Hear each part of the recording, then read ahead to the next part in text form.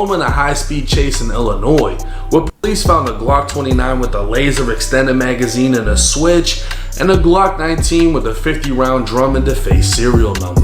Damn. And this calculated his offense level as 15 and criminal history as 2. The guideline range for this level scored out to 21 to 27 months in prison, wow, or just over 2 years. Him and Zay must have ratted. He'd take to his Instagram story addressing the rumors saying, "Stop believing everything you see on the internet. You really think you can get 30? Who said 30 years for a switch? Who said that? Whoever think that is fraud. Hell no."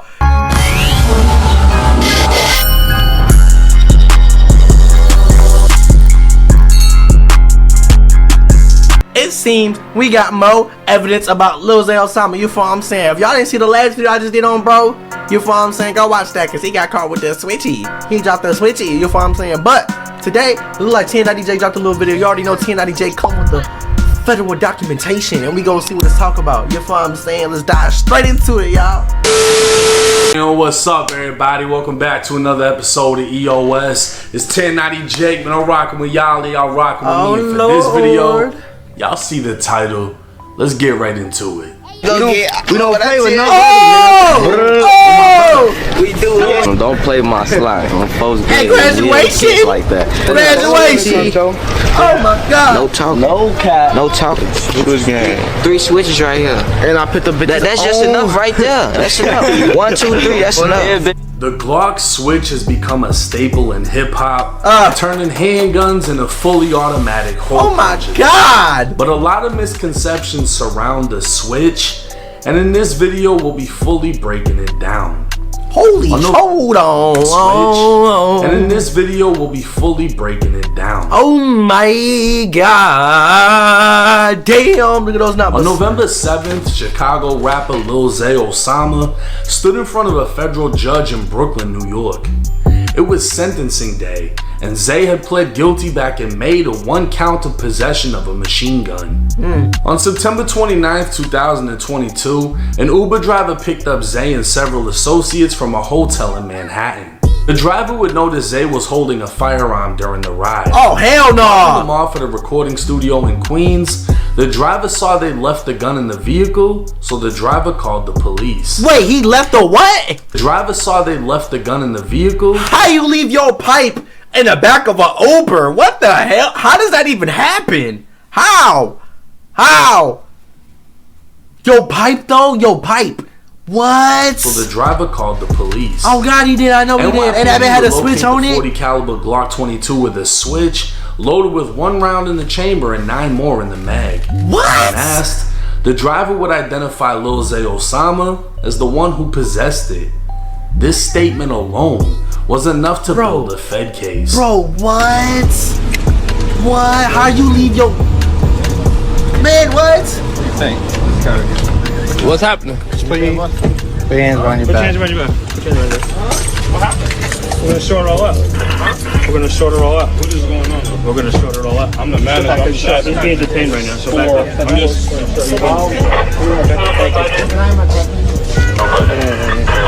You get my phone though? Yeah, you got anything on you? I get his phone. I'm on live, sir. I'm on live, sir. U.S. He cut that motherfucker right out. A letter requesting to keep Zay in federal custody, labeling him a danger to society, and even quoting some of his lyrics, one of which stated, "Just got a brand new Glock with a 50 and a switch."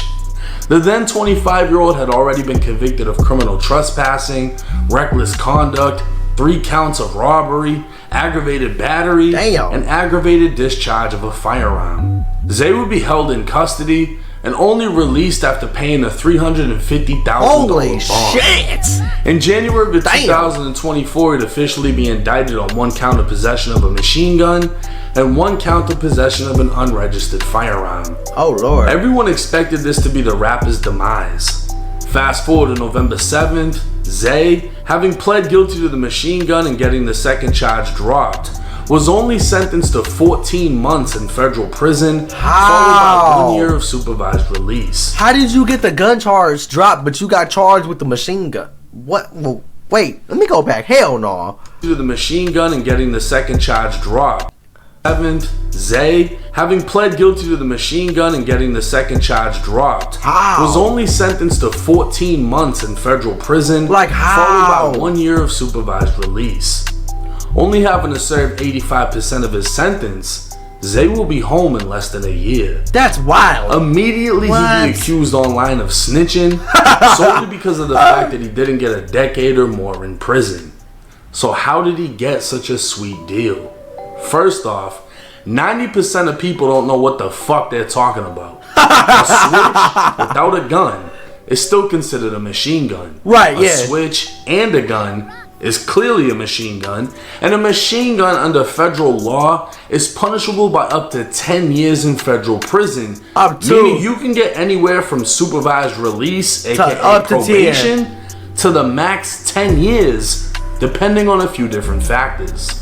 But as soon as the internet hears 10, they assume you'll just get 10 years for a switch. Right. During Zay's plea deal, the courts calculated his offense level as 15 and criminal history as 2.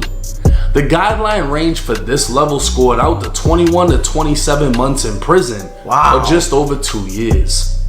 Zay's lawyer would counter with a 7-month prison sentence, highlighting how Zay's felony convictions came from when he was a juvenile at just 15 and 16 years old. As an adult, he'd only been convicted of 2 misdemeanors. His lawyer would speak on his Chicago upbringing and how at only 14, Zay was shot in the chest. His lawyer would also cite multiple cases in which defendants were sentenced to less than the guidelines. Oh my God. Taking it a step further, his lawyer would point out the unlivable conditions Zay had to endure while inside of MDC Brooklyn as rats and roaches flooded the facility. Inmates would suffer indefinite lockdowns, imposing solitary confinement-like conditions, furthering mental health issues, and leading to multiple inmates being killed. Zay's lawyer, Don Florio, was lawyering her ass off. Zay was in New York home at Rolling Loud. He was on his way to an interview when a firearm was left behind, and that firearm wasn't linked to any previous crimes. Zay's lawyer would again take it a step even further, pointing out rappers are often targeted for their wealth, and just 17 days before Zay was arrested, rapper PNB Rock was shot and killed during a robbery for his That's jewelry. crazy how she used that as a way to get him less time. Hey, she was lawyer was lawyering. I don't know how she did that. Shout out to her, bro. And if y'all didn't see my last video I just dropped, I literally just dropped this video about PNB Rock. May he rest in peace. I wish his family the best, and his girlfriend or his old girlfriend.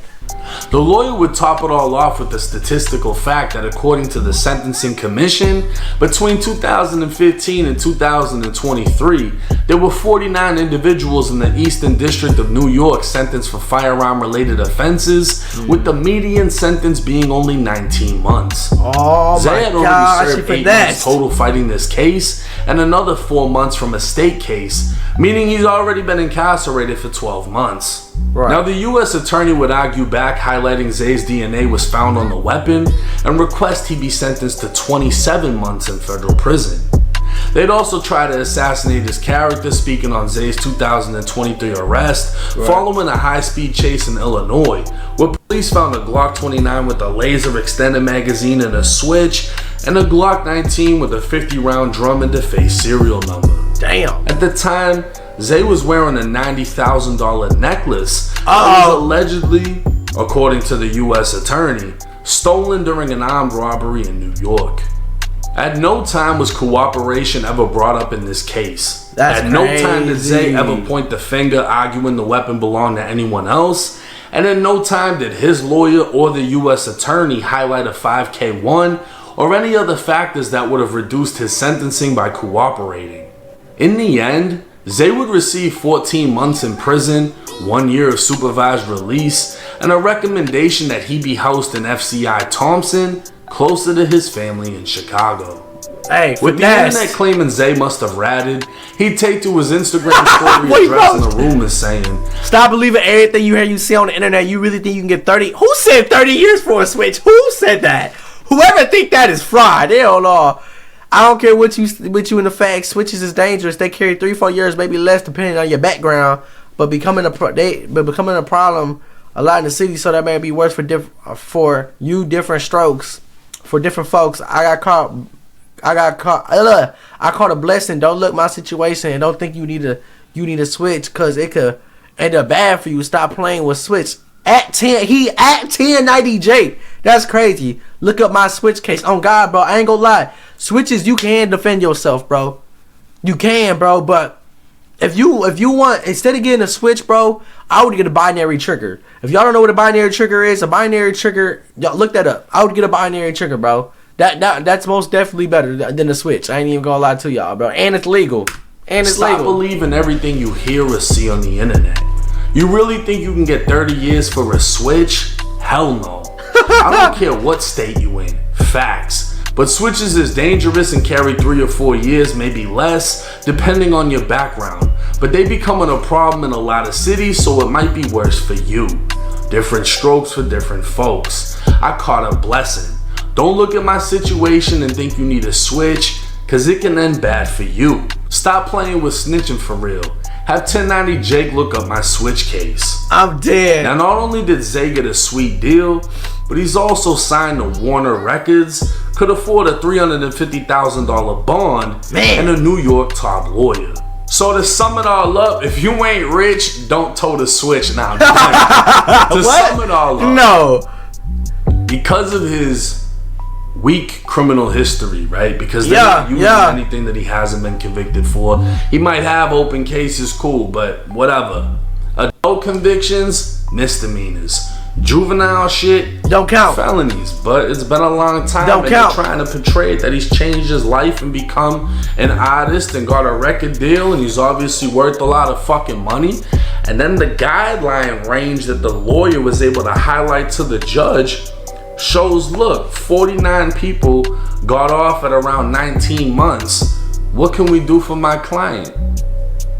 This is clearly a case of money talk, bullshit walks. If you walk into a courtroom, federal estate without a fucking lawyer, you're fucked. If you walk in there with a top lawyer, a celebrity lawyer, a highly six-figure paid lawyer, you're gonna get an entirely different type of fucking deal. And a lot of y'all are forgetting machine guns and silencers are classed in the same way, right? Yeah. Pretty sure it's the same punishment for a silencer as it is for a machine gun. Hey, oh God, I ain't never seen nobody towing a Glock with a silencer though. Hey, imagine when you with one of your homies, right? He like, yeah, I just got this brand new jam. Whip that bitch out. He got the extended mag, laser. You see a motherfucking silencer on that bitch. I'm like, hell no. I couldn't take him serious. I ain't gonna lie. No, but like, them things dangerous. But like, I'm like, what the hell was you doing with that? Hey, that be right. I swear to God. Hey, y'all remember T.I. got caught with all that crazy shit. He didn't get a whole lot of time. Right. Everyone assumed he snitched, and the commercial on TV about tips didn't help. But in reality, nobody ever got paperwork that showed he snitched. Right. And there's nothing saying Zay snitched aside from the fucking people on the internet. And it's like, I personally told him, you can't beat the internet. But stay away from switches and guns that ain't yours. Hire security. PNB Rock, rest in peace. Yeah, bro. He died with a gun on him. Yup. Tucked in his waistband. They just came out with the body cam footage. He died with a gun. Didn't even get a chance to pull it out. Yup. If y'all didn't see that young dude, that young boy ran up in there, didn't even give him a chance, bro, to even move, give him the jury, nothing, bro. Just gunned him down. And he, like he said, he had a pipe on him. And like I also said in that video, when you get to a certain level of status, you need security. Not because you soft. You have to have security when you get to a certain level. So when you coming outside, everybody knows who you is. Everybody. Come on now. You got millions of people listening to you a month. Millions of streams, this and that. Come on now. I told y'all got to stay safe out here, bro. Over with. So think twice, think smart, get security. It's 1090J. Oh God, man, if you, like I said, you got that status, get security, man. Let me know what y'all feel about this little video, bro. Y'all see, this is how he snitched. He snitched and he told everybody. He told, yeah, he had the switch. It was his gun. He did this. He did that. He snitched. Y'all see, this is the footage right here. Let me know what y'all feel about this video, though. Like the video, share it, subscribe to the channel. Let me know how y'all feel about him snitching.